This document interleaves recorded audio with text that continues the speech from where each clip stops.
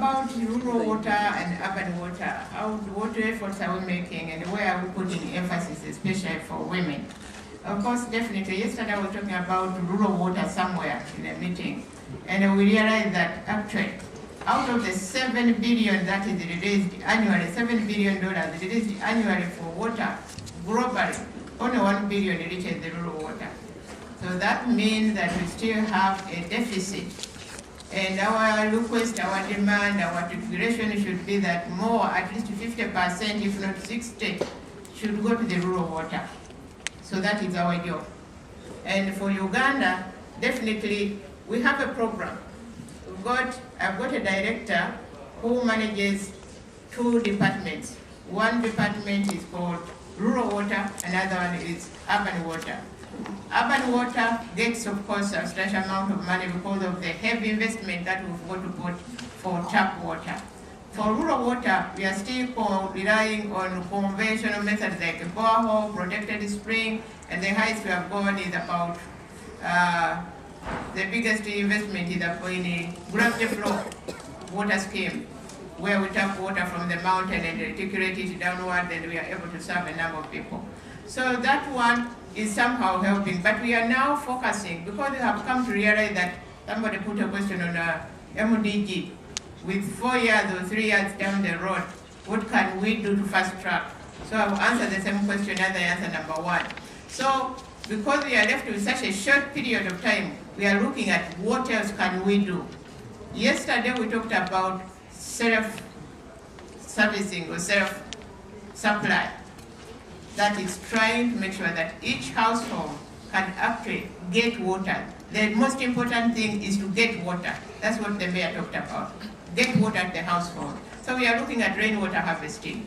And in my budget, starting July, at least I've put a substantial amount of money for rainwater harvesting. How are we going to do it? Is to make sure that we come up with technologies that are affordable and easy to produce so that every household can afford it and harvest water. Otherwise, we still have a gap between rural water and urban water. My millennium target was to have 77% by 2015. As I speak now, I've moved from 45 to 65 in rural water and 69 to urban water. So I still have a gap, a difference. That is where we are. How are we going to do it? We agreed that, of course, we adopted a decentralized form of system where we send money to the district.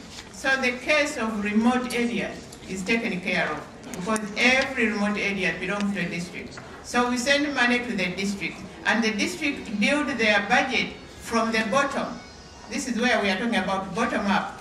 We go to the sub-counter, which is the lowest administrative unit, and make sure that people there dictate what they want to see in the development budget.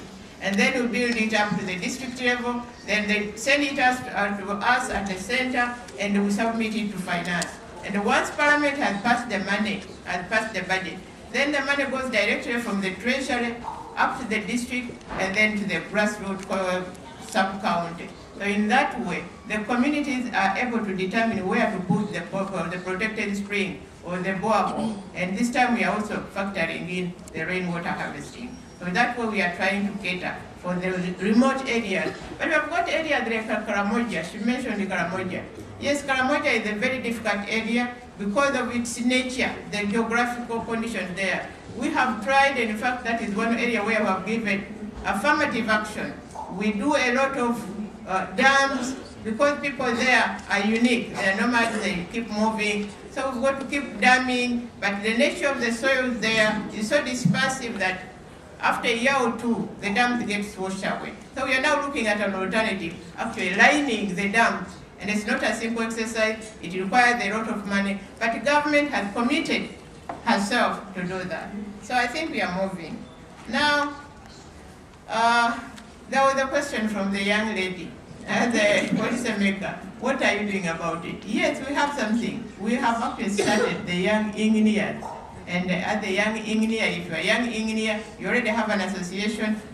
The madam here knows my team, who is in charge of the young engineers at National Water. and we are working to make sure that the young engineers can actually move out, identify the problem, and find solutions. Because at the moment, the solutions we are applying seem to be coming from outside, but we want the solution to originate from the young engineers so that they can identify problems and solve it.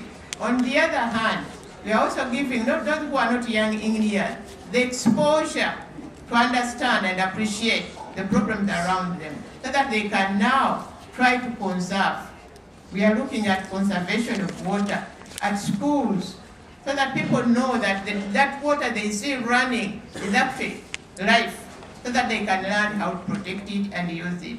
So it is a big program which involves the Ministry of Water and Environment, Ministry of Education, Ministry of Planning, and Ministry of Local Government. I think I've answered more or less all of them. Yeah. Thank you very much. I look forward to whatever comes out of here. And I want to assure you, I will support it and will be the first one to implement for God and my country.